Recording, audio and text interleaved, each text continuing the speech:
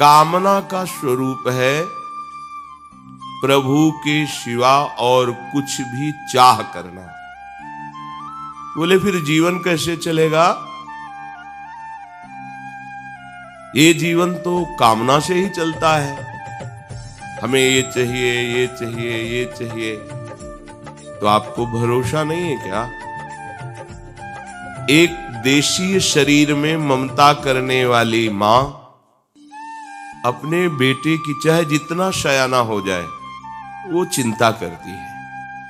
कब उसे क्या चाहिए वो अपनी सामर्थ्य के अनुसार प्रयास करती है।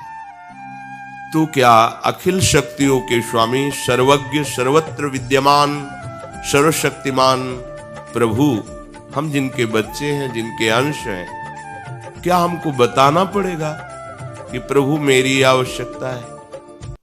आवश्यकता वो खुद पूर्ण करेंगे। अनावश्यक मांगे हमें परेशान किए हुए। आवश्यक मांगे, जीवन जीने के लिए जो आवश्यक है वो प्रभु पहले से पहले भेजते रहेंगे। विश्वास कीजिए, वो दिए हैं।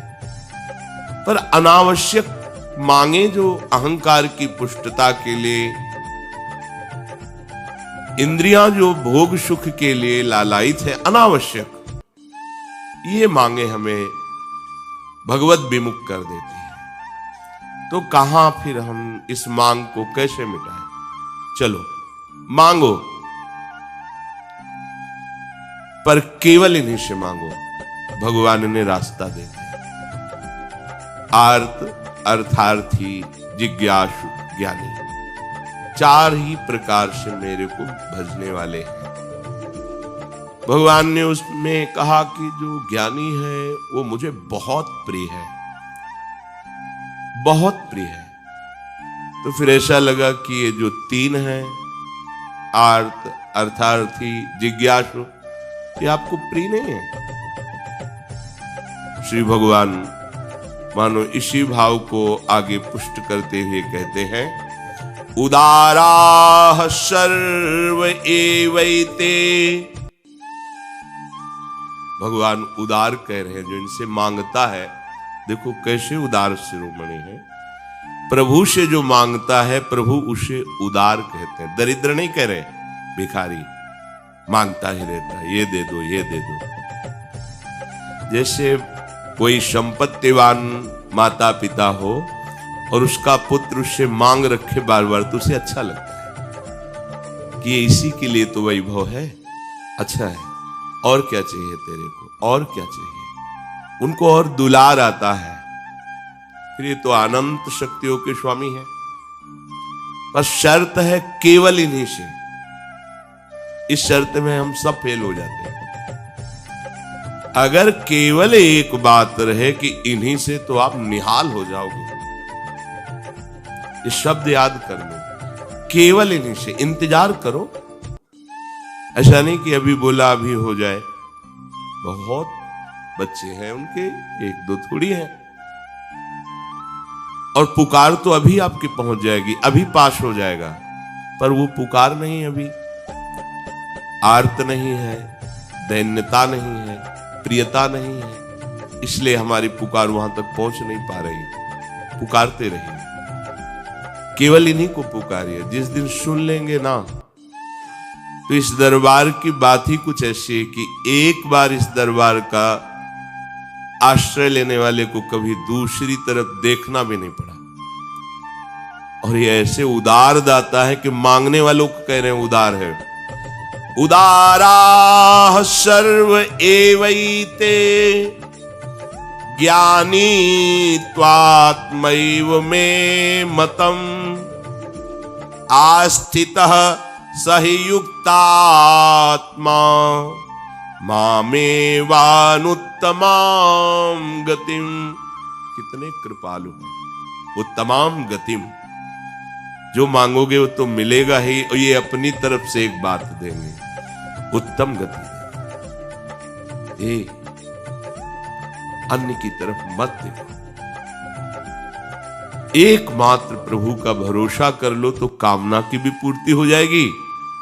और जो निष्काम धर्म के आचरण से फल मिलता है, उत्तम गति, वो उत्तम गति भी दे देंगे। कितने कृपालु हैं।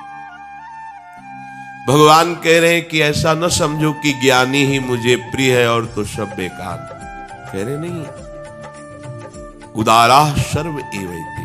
ये जो आर्त है, ये जो जिज्ञासु है, अर्थार्थी है, ये बड़े उदार हैं। कैसी करुणा है। भला मांगने वाला उदार कैसे हो सकता है। लेकिन ये अति उदार भी सुंदर, ये ऐसे प्रिया प्रीतम है, ऐसे महामहिम है कि इनके दरबार में जो मांगा तो उसको उदार कहते हैं। बड़ा उदार है, बड़ा लाडला बच्चा है, इधर उधर ना भटक कर सीधे हमसे कह रहा है। प्रभु का प्यार देखो।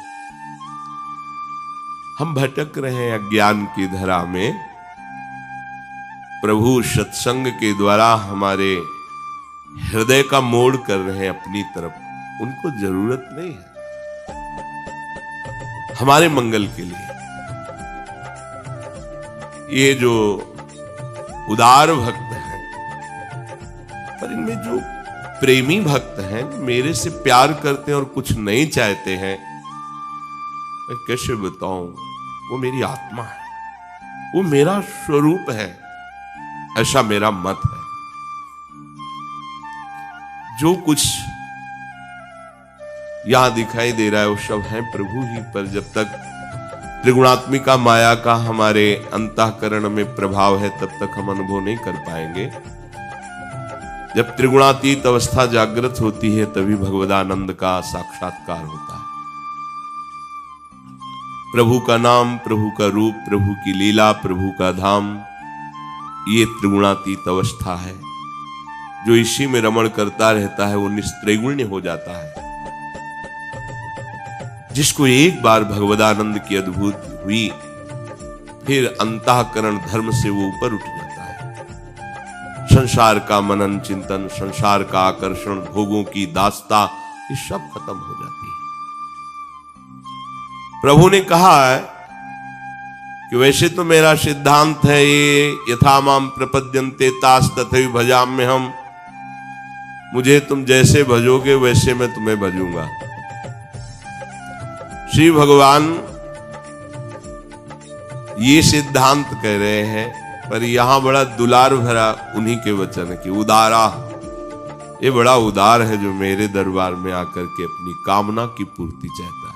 संतों ने तो निषेध किया है, क्योंकि वो इनके रहस्य को जानते हैं।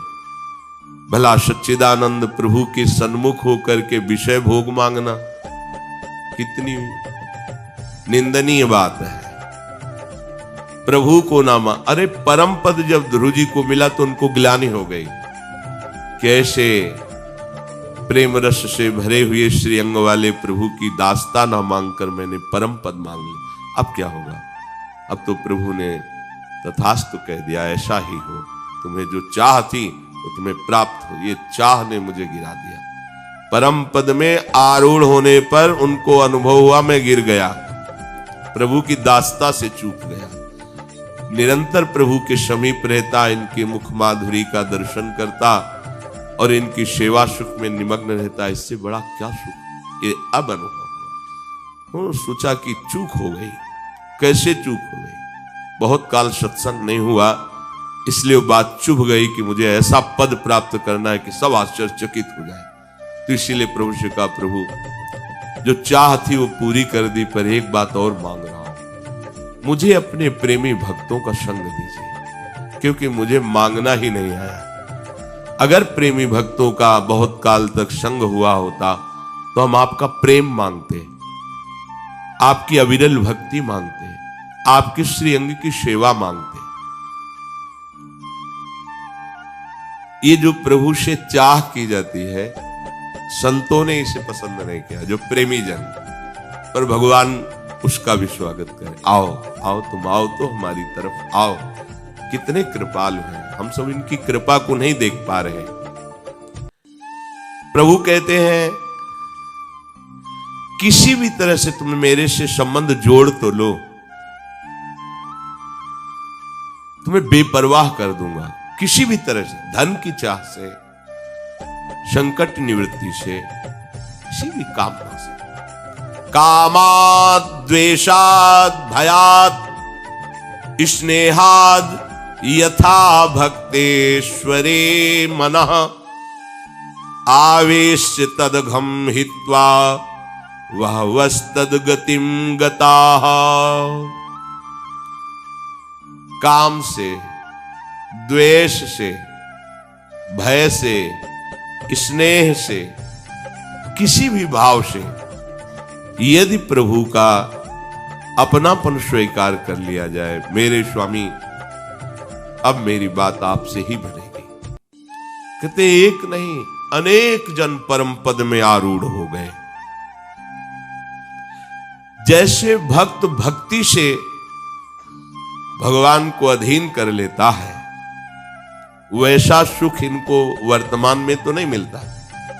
अब भगवान से द्वेष करेगा और एक है कि स्नेह में भरकर उनको भोग लगा रहा है, नाम कीर्तन कर रहा है, नाच रहा है, उसको जो वर्तमान में सुख मिल रहा है, उसको जो द्वेष से भज रहा है उसको थोड़ी अनुभव में आएगा ये सुख, पर परिणाम सबका एक ही होगा। कितने कृपालु, कितने कृपालु।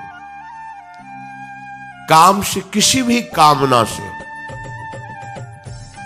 प्रभु है ना, स्वामी है, अखिल कोटि ब्रह्मांडों के अधीश्वर है, सर्वलोक महेश्वर है। किसी भी कामना से वही परम पद देंगे, वो वस्तु तो देंगे ही, परम पद दे देंगे। यदि इनके सिवा और किसी से, जैसे कोई भी बड़ा से बड़ा देवता है, वो विधि विधान देखेगा आपका, अगर विधि में त्रुटि है तो आपका अनुष्ठान सफल नहीं होगा। सांगोपांग अनुष्ठान होना चाहिए और उसी के अनुसार आपको फल देगा। आप जहर मांगो तो जहर दे देगा, जो मांगो वो आपकी जितना तपस्या है, जितना साधन है, उसमें अगर त्रुटि है तो नहीं मिलेगा। सांगोपांग अनुष्ठान हो फिर जो चाहोगे दे देगा। पर हमारे प्रभु ऐसा नहीं करते, जो चाहोगे नहीं देंगे। तुम्हारा जिसमें मंगल होगा वही देंगे, अन्यथा नहीं देंगे। और त्रुटि हो जाने पर भी तुम्हारी अनुष्ठान की वृत्ति से फल नहीं देंगे। तुमने प्रभु के लिए प्रयास किया, अपनी कामना पूर्ति के लिए, प्रभु को वो इस बात पे रिज के अनुष्ठान से भी बढ़कर दे देंगे। इस राशि को सब कोई नहीं जानता, इसीलिए जल्दी प्रभु की शरण में नहीं होता। ये ऐसा करुणा में दरबार है, कहीं नहीं सुना, कहीं नहीं देखा। एक श्री हनुमान जी महाराज की सिद्धि कर रहे थे, बताया भी है सत्संग में, भीमसेन उनका नाम था। वो थे भी बहुत बलवान। हनुमान जी की सिद्धि और भक्ति में अंतर है, ध्यान रखना।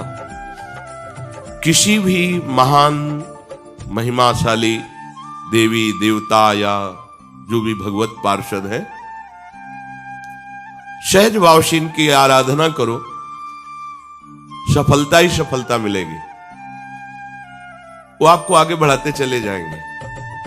और सिद्धि का तात्पर्य होता है उनको अधीन करना मंत्र के द्वारा।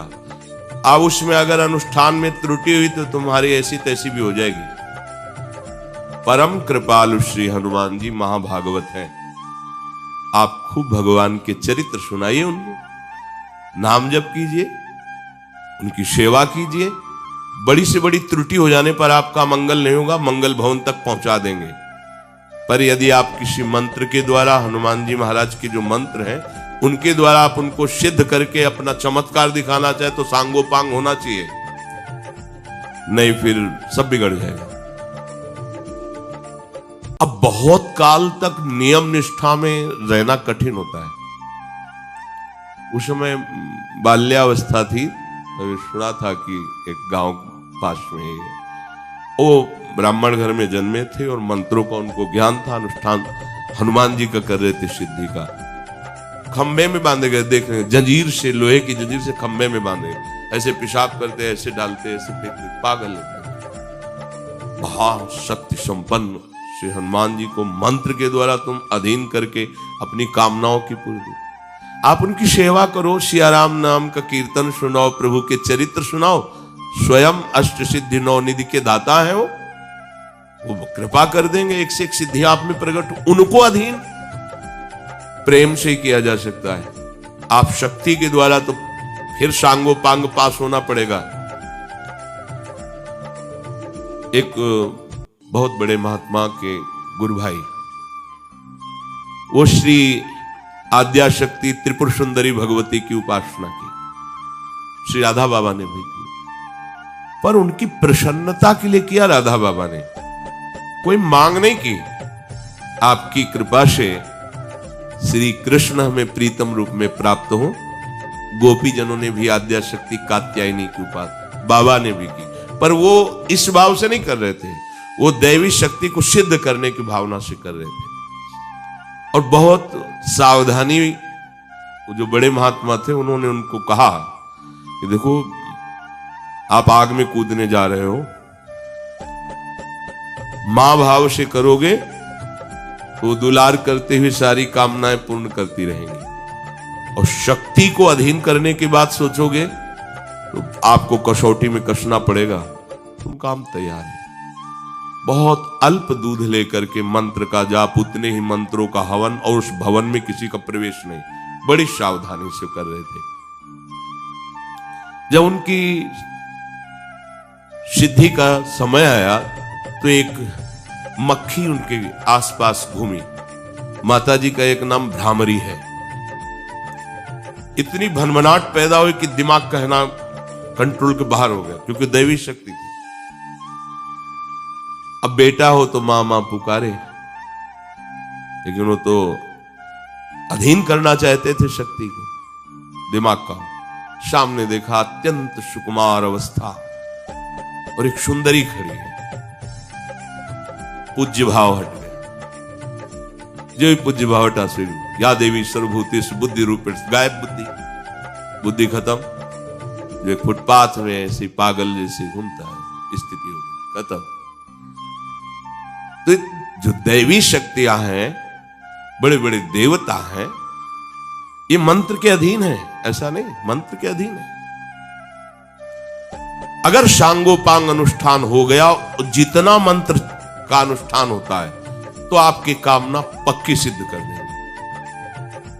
अगर उनको अधीन करना है कि बोले इनके ऐसा, इनकी अमुक शक्ति अधीन है, अमुक शक्ति अधीन, ये हमने दर्शन भी किए हैं, भ्रमण में बड़े अनुभव हुए हैं। एक जगह गायत्री माता का जो सिद्ध भाव है उनको प्राप्त था, तो ऐसे ही हजारों की लाखों की सभा लगती थी, ऐसे कर देते तो ऐसे खर खर खर कर सोने चांदी के सिक्के गिरते ऐसे।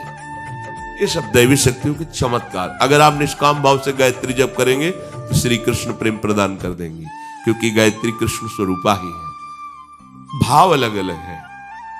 यहां कह रहे कि जो देवताओं का सकाम भाव से अनुष्ठान करते हैं, अगर अनुष्ठान की पूर्ति ठीक हुई तो आप जो चाहते हैं वो दे देंगे आपको। परिणाम क्या होगा कोई मतलब नहीं, तुम्हारा परिणाम क्या होगा, उनका परिणाम क्या होगा, इसका भी मतलब नहीं। आपके पास है तप रूपी धन, उतना कर। अब आप देखो, औरों की तो बात जाने दो, देवादिदेव महादेव, वो असुर शकुनि पुत्र विरकासुर, नारद जी से पूछा ऐसा कोई देवता बताओ जो झटपट सिद्ध हो जाए, प्रसन्न हो जाए, हमें वरदान दे दे। बहुत जल्दी प्रसन्न होने वाले आशुतोष तो भगवान शंकर हैं। सहज भाव में उपासना करो, अत्यंत दुर्लभ प्रेम प्रदान कर देंगे। नरसिंह मेहता जी, पूज्य राधा बाबा, बड़े बड़े महापुरुषों को भगवान शिव ने प्रिया प्रीतम का प्रेम प्रदान किया है। मंत्र के द्वारा जो चाह करोगे वो आशुतोष है, औढ़रदानी से लेकर विचार नहीं करते जा। उसने देखा कि प्रभु को प्रसन्न करना बड़ा कठिन है, तो अपने शरीर का मांस काट कर अग्नि में हवन करने लगा और भगवान शिव के मंत्र का उच्चारण। भगवान शिव प्रकट हुए और कहा, काहे भाई ऐसा कष्टप्रद कार्य कर रहे हो, हम तो एक अंजलि जल में प्रसन्न हो जाते हैं, क्या चाहिए? बोले महाराज जिसके ऊपर हाथ रख दूं वो भस्म हो जाए। अगर हरि से ऐसा मांगते तो डांट कर हरि अंतर ध्यान हो जाते हैं, जिसके ऊपर हाथ रख दे। पर वो तो आशुतोष और डर डाली मगन रहते हैं हरि प्रेम में, दुनिया से मांग जाओ तथास्तु। उसने सोचा परीक्षा पहले गुरु से ही करनी चाहिए, इन्हीं के ऊपर हाथ रख देते भस्म हो जाएंगे तो कैलाश का वैभव हमारा हो गया। वो बुद्धि होती है। भगवान शिव भागे, भगवान शिव अपने ही वरदान से। अब वो भगवान शिव के जब देखा कि अब उसको आसुरी शक्ति से वो भी संपन्न था, भगवान जैसे भागते वैसे ही वो पीछे भागता। वो सोचा बचा सकते हैं तो इस संकट से, भगवान शंकर इस संकट से अगर बचा सकते हैं तो श्री हरि बचा सकते हैं। अंदर से चिंतन किया, हरि संभालो आके। तो बस बीच में ही प्रकट हो गए।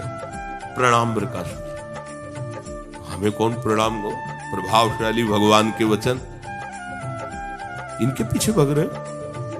हाँ हाँ क्यों? इन्होंने वरदान दिया है कि जिस पर हाथ रख दोगे भस्म हो जाएंगे, तो हम इन्हीं को। अरे बोले तुम्हें विश्वास है? दक्ष ने इनको साप दिया था, इनकी अब बात सत्य नहीं होती। सुनो हम भी तुम्हारे साथी हैं, तुम अपने ऊपर हाथ रख करके देखो ना, अगर झूठ निकले तो अभी दोनों मिल करके, हाँ ठीक, ये नहीं सोचा कि अगर सत्य हुआ तो वो भगवान की बात में फंस गया, उसने हाथ रखा, राख का ढेर हो गया। महादेव जी ने लौट कर देखा, अब महाराज बचा लिया। ले तो कहां कहां भागते हो, सब हंसते कि देखो शिव को खेदे हुए। शिव को बोले प्रभु कुछ विचार भी तो कर लिया करो, आप ऐसे ये वरदान दे दिए कि आपको खुद भगाए डोल है? विचार करके वरदान दीजिए, नहीं तो ये आसुर भाव के जन हैं, ये सब साधु जनों को, दैवी संपदावान को, जब आपको ही वरदान दाता को ही भस्म करने की सोच रहा है, प्रभु अगर जिंदा रहता तो क्या न करता। तो उन्होंने कहा प्रभु हम इसलिए अलमस्त रहते कि आप हो ना, आप संभाल लोगे, सब संभाल लोगे। तो जो देवता जन है वो ये नहीं देखते कि इसमें जगत मंगल होगा कि नहीं, आपका अनुष्ठान सही है, आप जो मांगेंगे वो दे देंगे। पर हमारे हरि ऐसा, प्रभु ऐसा, आप और डबल अनुष्ठान कर लो, उसमें आपका अमंगल है तो नहीं देंगे, नहीं देंगे, नहीं देंगे। अनुष्ठान में त्रुटि हो गई है, उसका फल नहीं मिलना चाहिए जो देवताओं की आराधना में त्रुटि होने पर नहीं मिलता। हरि के अनुष्ठान में ऐसा नहीं होता, मिलेगा।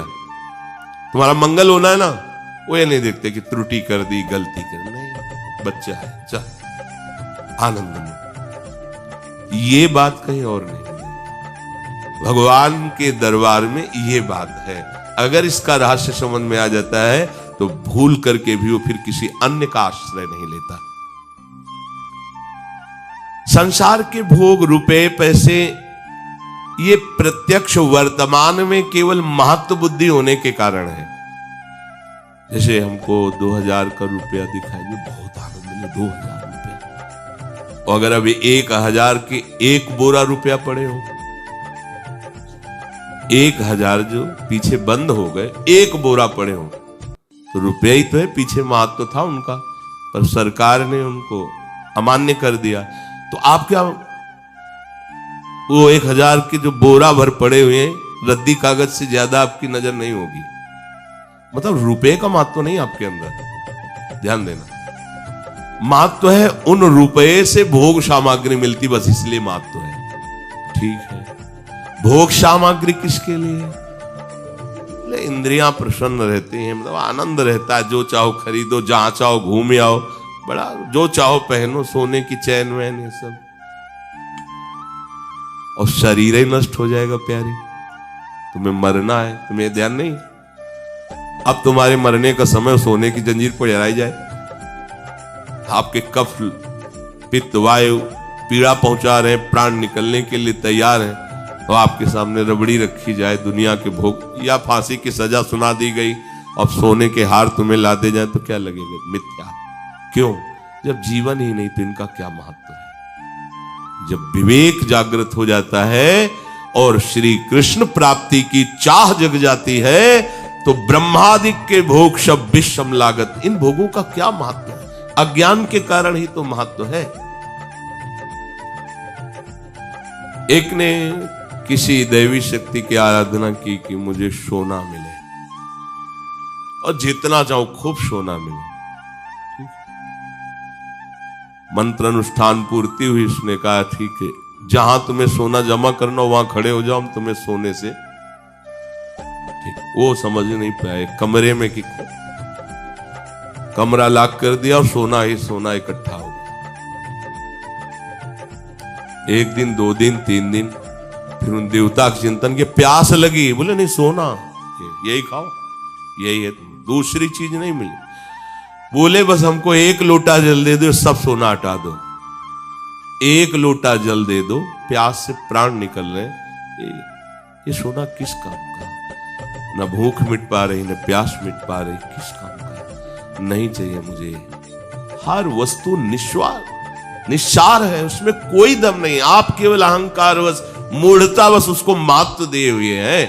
जब प्रभु के चरणारविंद का महत्व जागता है तो समलोष्टास्म कांचना, पत्थर का टुकड़ा, माटी का ढेला और सोने की थपिया में कोई अंतर नहीं होता। क्या अंतर है? केवल अज्ञान की मूढ़ता है। इतनी मोटी डाले खुला करके बटन, देखे कोई कि हाँ सोना, सोना जो तुम समझ रहे वो नहीं है। ये कोई अहंकार का कारण नहीं है।